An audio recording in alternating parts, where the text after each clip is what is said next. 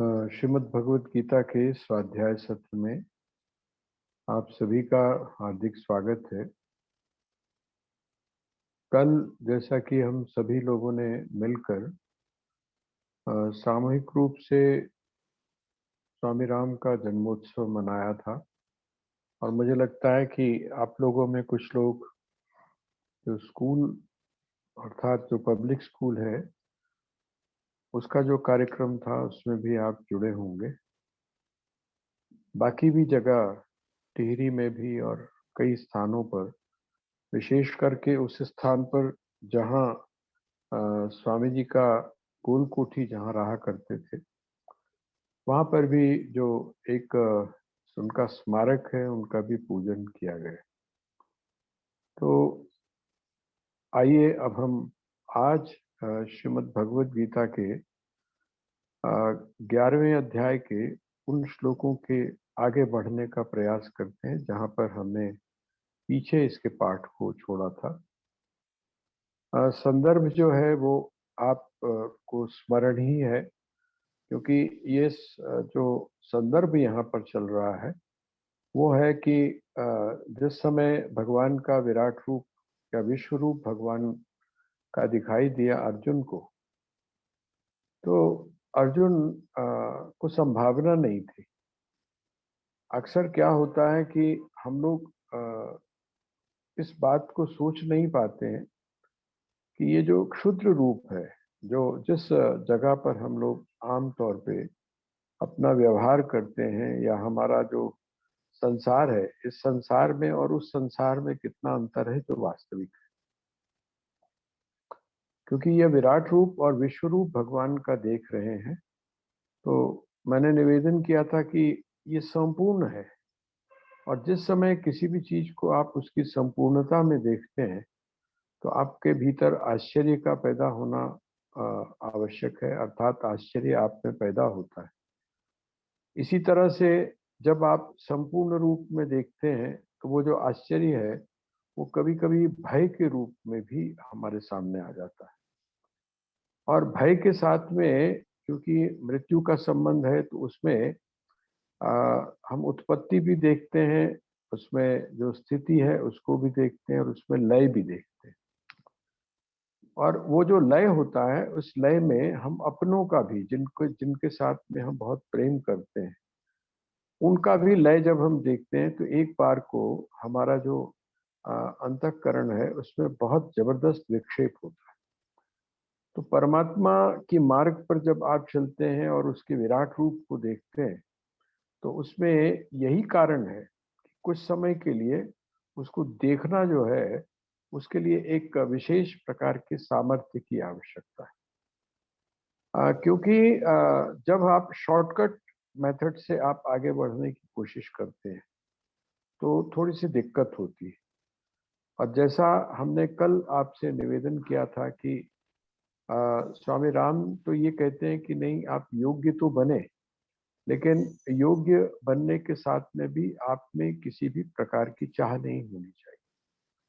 आप जब मेच्योरिटी के लेवल पे पहुंचते हैं, अर्थात जब मेच्योर हो जाते हैं, तब वो जो चीजें हैं जिसको हम आश्चर्य बोलते हैं या जिसको हम भय बोलते हैं, उसकी उत्पत्ति नहीं होती। आपके अंतःकरण को वो जो परमात्मा का जो रूप है वो भी स्वीकार्य होता है। परसों मैंने आपसे निवेदन किया था कि जिस तरह से बाकी सब तो भयभीत हो गए भगवान नरसिंह का रूप देखने के बाद, लेकिन वह जो छोटा सा एक बच्चा है, वो बच्चे के अंदर किसी भी प्रकार का भय नहीं। उसका कारण क्या है कि वो उस नरसिंह के रूप में जो अत्यंत विकराल है, अत्यंत रुद्र है, उसमें भी वो अपने इष्ट का ही दर्शन कर रहा है, उसी को देख रहा है जो कभी किसी का अहित नहीं करता और उससे अहित की अपेक्षा भी नहीं की जा सकती। तो यहाँ क्योंकि चाहता था वो देखना, जो क्यूरियोसिटी है, वो जो जिज्ञासा है, उस जिज्ञासा के कारण वो देखना चाहता था, तो भगवान ने उसको दिव्य चक्षु दिए। देखिए, अगर आप जिसको बोलते हैं किसी से कृपा के अंदर अगर कोई चीज प्राप्त करते हैं उसमें, और जब आप स्वयं साधना करके या पुरुषार्थ करके किसी चीज को प्राप्त करते हैं, तो उन दोनों के अंदर थोड़ा सा अंतर होता है। यहाँ पर बिल्कुल वही अंतर आपको दिखाई दे रहा है। ये जो दिव्य दृष्टि है, जैसे आप देखिए दो प्रकार की दृष्टियां हैं। संजय की जो दृष्टि है वो दूर दृष्टि है। संजय जो है वो दूर दृष्टि है। भगवान ने उसको क्या दी, उसको जो दृष्टि दी वो दूर दृष्टि दी। वो उसमें उसके अंदर जो एक आह्लाद या उसके अंदर जो एक आश्चर्य है वो कुछ और तरह का है, और अर्जुन में जो आश्चर्य है वो कुछ और तरह का है। और इसी तरह से अगर किसी तीसरे व्यक्ति को आप वहां पर ला कर रखें, वो कौन है, तो वो है हनुमान जी। अब हनुमान जी का, क्योंकि यहाँ पर किसी भी तरह का उनके द्वारा कहा गया अनुभव नहीं है, लेकिन अगर आप हनुमान जी के बारे में देखेंगे तो वो क्योंकि साधक है, वो भक्त है, तो वो जानते हैं उनके भीतर किसी भी प्रकार का भय, उनके भीतर किसी प्रकार का आश्चर्य इसलिए प्रकट नहीं होगा क्योंकि वो जानते हैं कि वो ऐसा है। वह जो परमात्मा का रूप है या परमात्मा का जो स्वरूप है उसके बारे में उनका अनुभव है, वो जानते हैं इस चीज को। आश्चर्य आपको कब होता है? आश्चर्य आपको तब होता है जब कोई चीज अनजानी आपके सामने आकर खड़ी हो। जैसे आपका जो बच्चा है वो अगर आपको फोन करके या आपको मैसेज दे के आता है, और आपको पता है कि वो इस उससे बाई एयर जो आ रहा है ये उसका टाइमिंग है और वहां से यहाँ पहुंचने में उसको इतना समय लगेगा, तो जब वो आकर खटखटाता है तो आपको आश्चर्य, आपको पता है कि अब उसका आने का टाइम। उसको आप जब देखते हैं तो आपको प्रसन्नता तो हो सकती है, आपको खुशी तो होती है, लेकिन आश्चर्य नहीं। आप थोड़ा सा ऐसी स्थिति पर विचार करके देखिए जबकि आपको पता ही ना हो कि उसने आना है, और जब उसके आने का आपको कोई अंदाजा नहीं है, कोई पता नहीं है, और वो सुबह सुबह आप खटखटाए, तो आप सोचें कि शायद दूध देने वाला आया है, या हो सकता है अखबार देने वाला आया हो। और जिस समय आप दरवाजे को खोलें और आप अपने बेटे को अब बाहर खड़ा हुआ पाएं, तो आपको, आपके भीतर जो फीलिंग होगी वो किस तरह की। यहाँ पर बिल्कुल वही है। तीन हम कंपैरिजन कर सकते हैं दृष्टि का, अनुभव का।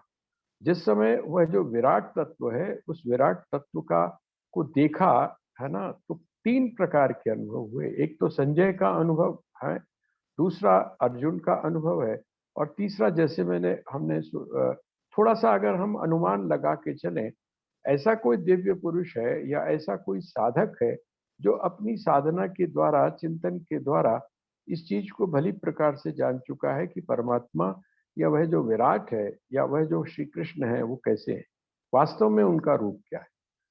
तो यहाँ बिल्कुल यही चीज जो है वो हमें देखने को मिलती है। तो आइए अब देखते हैं कि उसने क्या कहा। अर्जुन ने कहा कि ये जो है ना, ये आपका जो रूप है ये कैसा है? वो कहते हैं कराल है ना, भयभीत करने वाला है। इसको देखकर मेरे मन में भय पैदा हो गया। कहते हैं मेरे मन में ही नहीं हुआ है। देखिए, हम लोग परमात्मा की जो पूजा करते हैं या उसका उसका जो उसकी जो उपासना करते हैं, उसमें कहीं ना कहीं भय का भाव भी है। कुछ लोग भय के कारण करते हैं, लेकिन यहाँ पर वो कहते हैं वो जो भय है वो सिर्फ मुझको ही नहीं है, बल्कि जो देवता हैं वो देवता देवता भी हाथ जोड़कर खड़े हुए। क्यों खड़े हुए हैं? उनको, वो भी ये जो आपका इस तेज को वो सही प्रकार से सह नहीं पा रहे। और साथ ही जो सिद्ध पुरुष है, सिद्ध पुरुष का मतलब जो साधक है और जो साधना में अभी लगे हुए हैं, ऐसे जो लोग हैं वो लोग क्या हैं? कहते हैं वो भी कृतांजलि, अर्थात अपने दोनों हाथों को जोड़कर खड़े हैं और क्या कर रहे हैं? आपकी स्तुतियों का गान कर रहे हैं। स्तुति गान का अर्थ क्या होता है? स्तुति गान का अर्थ होता है आप प्रसन्न करने के लिए, आप उसकी कृपा का अनुभव करने के लिए, कृपा को प्राप्त करने के लिए आप स्तुति करते हैं, आप उनका गुणानुवाद करते हैं, आप उनके नामों को गाते हैं, आप उनकी लीलाओं का स्मरण करते हैं। तो यहाँ ये बात, और उसके बाद जैसा मैंने आपसे एक बात कही थी कि अ, अपने आप को तो उसने देखा अपनी दृष्टि से, लेकिन सबसे ज्यादा आश्चर्य उसको कब हुआ? जैसा है कि आप अगर खुद उस स्थिति को प्राप्त कर रहे हैं तब तो कुछ बात और है, लेकिन अर्जुन के सामने जो समस्या है रही है शुरू में, ये जितना भी सम्मोह की स्थिति अर्जुन के सामने आई है, वो क्यों आई है? वो इसलिए आई है क्योंकि वो भीष्म आदि को जब उसने अपने सामने युद्ध में खड़े हुए देखा, तो उसने कहा कि बाकी सब कुछ तो ठीक है, युद्ध तो योद्धाओं के साथ में, मैं क्षत्रिय हूं, मेरा काम यही रहा है, लेकिन इनके साथ में मैं युद्ध कैसे कर सकता हूँ?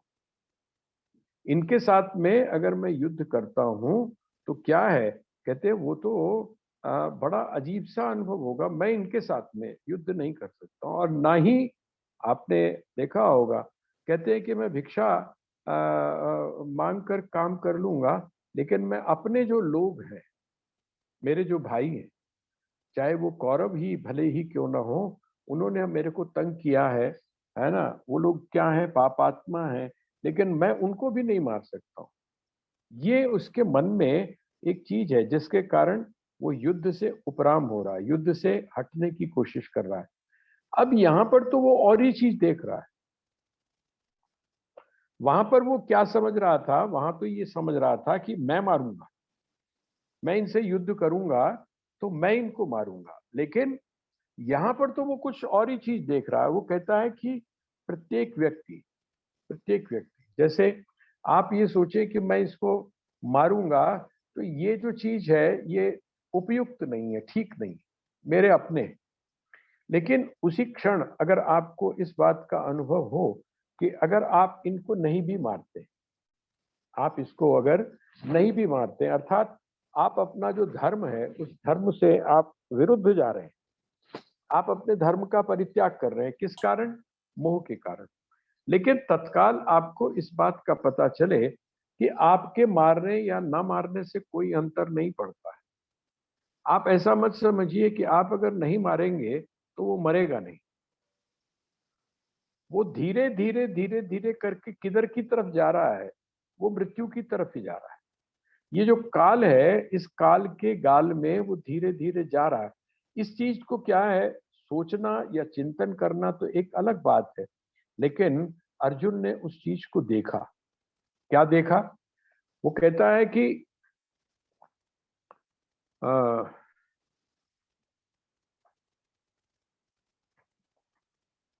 रूपम ये श्लोक नंबर 23 पर आई।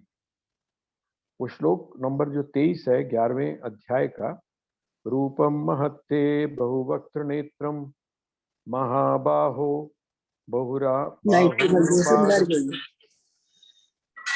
बहुधरम बहुदृष्टा करालम दृष्ट्वा लोका प्रव्यथितास्तथा हम।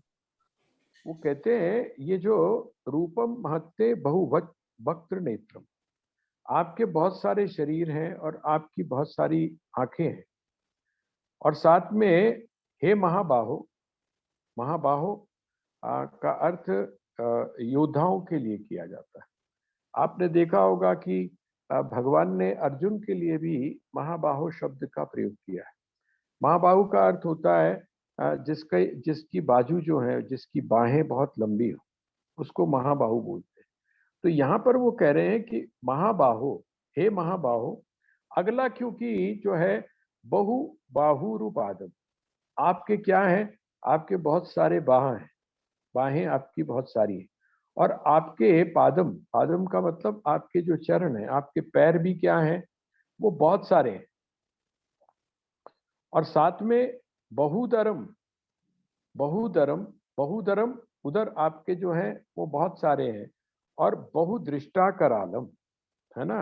आप क्या है, तो कहते हैं कि बहुदृष्टा करालम, आपकी जो दांत है ना, दांत, उनमें दाढ़ वाला जो पोर्शन होता है, दांत से आप क्या करते हैं, आगे के जो दांत हैं आप आगे के दांतों का प्रयोग तो काटने के लिए करते हैं, लेकिन जो दाढ़ें होती हैं, दाढ़ों का प्रयोग आप किसके लिए करते हैं, तो चबाने के लिए करते हैं।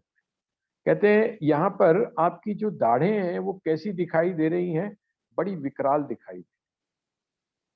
अब ये जो दाढ़ है, ये दाढ़ क्या चीज है, आगे आप देखेंगे तो ये जो दाढ़ है दांतों से नीचे अंदर की तरफ, क्योंकि मुख जो है वो पूरा खुला हुआ। आप जिस समय भगवान का ये वाला जो रूप है वो अगर देखेंगे तो जो आर्टिस्ट इसको बनाता है वो कुछ इसी तरह से बनाता है। और आपको ध्यान होगा जब आप साग खाते हो ना, साग, तो साग के साथ में एक दिक्कत क्या आती है, साग के साथ एक दिक्कत आती है कि उसके जो पतले पतले जो पत्ते होते हैं वो क्या होता है, आपकी दाढ़ों के अंदर जो स्पेस थोड़ा सा भी कहीं खाली होता है तो उसमें चले जाते हैं। आप थोड़ा सा सोच कर विचार करके देखिए कि ये जो भगवान है, यहाँ पर जो विराट रूप का वर्णन जो किया जा रहा है वो बहुत सारे उसके शरीर हैं, उसके पैर बहुत सारे हैं, उसके जो उदर हैं वो बहुत सारे हैं, और साथ में उसकी जो दाढ़ें हैं वो दाढ़ें कैसी हैं, बड़ी विकराल हैं। विकराल क्यों है विकराल, क्योंकि उसी से वो चबाता है।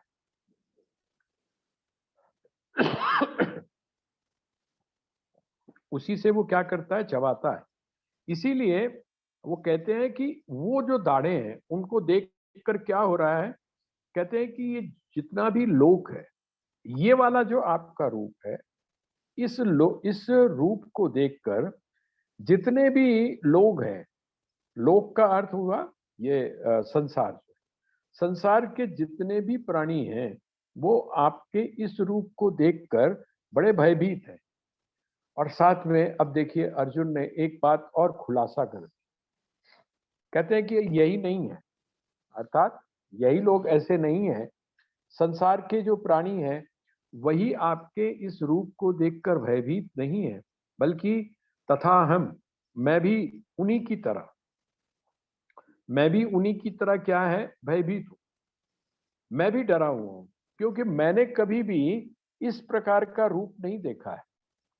मैं ऐसा नहीं है, मैं राक्षसों के साथ में भी मैंने युद्ध किया है ना, बड़े बड़े जो वीर हैं उनके साथ में भी मैंने युद्ध किया है, विशाल काय जो है उनके साथ में भी मैंने युद्ध किया है ना। यहाँ तक कि मैंने जो सबसे बड़े, जिनको हम लोग बोलते हैं मृत्यु के जो देवता हैं, आप लोगों ने अगर उनका प्रसंग सुना होगा, मृत्यु के देवता कौन है, भगवान शिव। तो भगवान शिव के साथ में भी अर्जुन ने युद्ध किया, और जब उनको पशुपतास्त्र मिला तो उनसे भी मैंने युद्ध किया, लेकिन ये रूप जो है मैंने आज से पहले कभी भी नहीं देखा था, और इतना विकराल रूप है। एक तो आपका रूप तो बड़ा सौम्य था, है, आपका रूप तो बहुत सौम्य है, लेकिन ये जो रूप है ये आपका कैसा है, कहते हैं बहुत विकराल है। और ये जो विकराल रूप है, उस विकराल रूप को देखकर समस्त जो संसार है, ये समस्त संसार भी भयभीत है, और मैं भी भयभीत। ये देखिए, ये बिल्कुल आप ये सत्य का साक्षात्कार। जिस समय आप विश्वरूप को देखते हैं, या विश्वात्मा जिसको आप बोलते हैं, उस विश्वात्मा को देखते हैं तो क्या होता है, कहते हैं विश्वात्मा को आप देखते हैं तो आपके सामने जो रूप निकल कर आता है वो बड़ा विलक्षण होता है। आप थोड़ा सा कभी एकांत में बैठकर अपने बारे में विचार करिए। अभी तो आपकी अतीत की बहुत सारी चीजें ऐसी होती हैं जो आपके सबकॉन्शियस में या अनकॉन्शियस के अंदर पड़ी हुई। आप जरा उनका शब्द चित्र बना के देखिए तो आपको अपना जो रूप है वो काफी अलग दिखाई देगा। अभी आप जो अपने आप को समझ रहे हैं उससे आपको अपना रूप बिल्कुल अलग दिखाई देगा, क्योंकि अभी तो हम क्या समझते हैं, हर आदमी जो है, प्रत्येक प्राणी जिससे भी आप पूछें तो वो एक ही बात कहता है कि मैं कभी किसी का बुरा तो कीता नहीं, पता नहीं मेरे नाल क्यों बुरा हो। ये एक सामान्य धारणा है। लेकिन जिस समय हम अपने अतीत में जाकर देखते हैं तो हम पाते हैं कि ये जो गुण है ना, सत्वगुण, रजोगुण और तमोगुण, इसके झूले में झूलते हुए हम कभी-कभी बहुत बड़े अनर्थ कर जाते हैं। और वो जो अनर्थ हैं, उन अनर्थों को जोड़कर जब हम देखते हैं, एक तरह से देखा जाए तो पूरे परिप्रेक्ष्य में देखते हैं, तब हमको अपनी भी जो करनी है उससे भी भय होने लगता है। यहाँ पर भी बिल्कुल यही स्थिति है। यहाँ पर भयभीत है कौन? अर्जुन ने स्वीकार किया कि बाकी के लोग ही भयभीत नहीं है। क्षत्रिय जो है और खास करके जो योद्धा है, उसके जीवन में भय का कोई स्थान नहीं होता है। लेकिन कहते हैं कि मेरे जैसा जो व्यक्ति है वो भी भयभीत हो गया है। किसको देखकर? आपका ये जो विराट रूप है इसको देखकर। तो देखिए, इसीलिए कहा जाता है कि सबसे बड़ा जो योद्धा होता है या सबसे बड़ा जो शूरवीर होता है वो कौन होता है? संत होता है। क्यों संत होता है? इसलिए संत होता है क्योंकि संत पूरे परिप्रेक्ष्य में पूरी तरह से वो सत्य का अनुभव कर पाता है। हम लोग सत्य को देखते हैं किसमें? टुकड़ों में। और जब सत्य को हम टुकड़ों में देखते हैं तो पूरा सत्य हमारे सामने नहीं आ पाता। यहाँ पर अर्जुन जैसा जो योद्धा है वो भी भयभीत है और उस चीज को स्वीकार कर रहा है। अब वो कहता है नभस्पर्शम दीप्तमनेक वर्णम व्यक्ताननम दीप्त विशाल नेत्रम दृष्टा ही त्वाम प्रव्यथितांतरात्मा धृतिम न विंदाम क्षमम च विष्णु। देखिए, यहाँ पर अर्जुन ने एक संबोधन का प्रयोग किया और वो संबोधन क्या है? संबोधनों का खेल काफी है, खास करके आप अध्यात्म में जब प्रवेश करते हैं। अध्यात्म के जो ग्रंथ हैं उनमें जब गुरु और शिष्य दोनों बैठकर आमने सामने बात कर रहे हैं, या भगवान और भक्त ये दोनों बैठकर जब आप बात कर रहे हैं, तो वहां जो संबोधन है वो बहुत इंपॉर्टेंट है। आपने देखा होगा कि संबंधों के अंदर भी ये जो जिनको हम सांसारिक संबंध बोलते हैं, इन सांसारिक संबंधों में भी हमारे यहाँ क्या अब क्या संबोधन है? अब अगर कोई स्त्री अर्थात कोई पत्नी अगर अपने पति को बुलाती है तो वो क्या बोलती है उसको? अगर उसने बुलाना है तो क्या बोलेगी? सोचकर देखिए। या तो जो बहुत मॉडर्न है वो तो सीधा सीधा नाम ले लेगी, है ना? उनके लिए तो पति पत्नी का नाम ले लेगी और पत्नी पति का नाम ले लेगी। उनके लिए तो नाम और रूप जो है ये मिथ्या है ना? इसलिए इनकी कोई उपयोगिता नहीं। लेकिन एक एक बीच का एक दौर था, या हम लोगों का जो दौर है उसके अंदर आप देखिए तो उसके लिए एक बड़ा अच्छा दोनों तरफ से एक संबोधन होता था और वो होता था हाँ जी। हाँ जी होता है कि नहीं? हाँ जी इधर सुनिया जे है। अब ये हाँ जी इधर सुनिया जे, हाँ जी तो कोई विशेषण नहीं ना, किसी का विशेषण नहीं। लेकिन उसके बावजूद हमने उसको ऐसा फिक्स कर दिया कि हमने अगर पति जो था वो भी पत्नी को बुलाता था तो इसी तरह से, और पत्नी जो है वो पति को बुलाती थी। विशेषण है ना। अब हाँ जी शब्द बोलते ही आपको अंदाजा लग जाता था, या अंदाजा लग जाता है कि इन दोनों का आपस में क्या रिलेशन है। कुछ नहीं, देखिए कोई संबोधन नहीं है कुछ, ये बड़े विलक्षण चीजें हैं। आपने हाँ जी किया और हाँ जी करते ही आपको पता चल गया कि आप किसको बुलाना चाह रहे हैं, है ना? या आप किससे बात कर रहे हैं। बिल्कुल यही बात यहाँ पर आती है। ये जो रिलेशनशिप है इस गुरु और शिष्य के संबंध में, यहाँ सबसे पहली बात देखिए, आमतौर पे जो है वो तात शब्द का प्रयोग किया जाता है पिता की। तात मात, है ना? तात मात शब्द इकट्ठे आते हैं तो मात मैंने होता माँ और तात मैंने होता पिता। ठीक है, ये तात मात। इसी तरह से जब आप और आगे बढ़ते हैं यहाँ खास करके इनमें, तो जो गुरु होता था वो गुरु आमतौर पे शिष्य के लिए एक संबोधन का प्रयोग करता था। एक तो पुत्र शब्द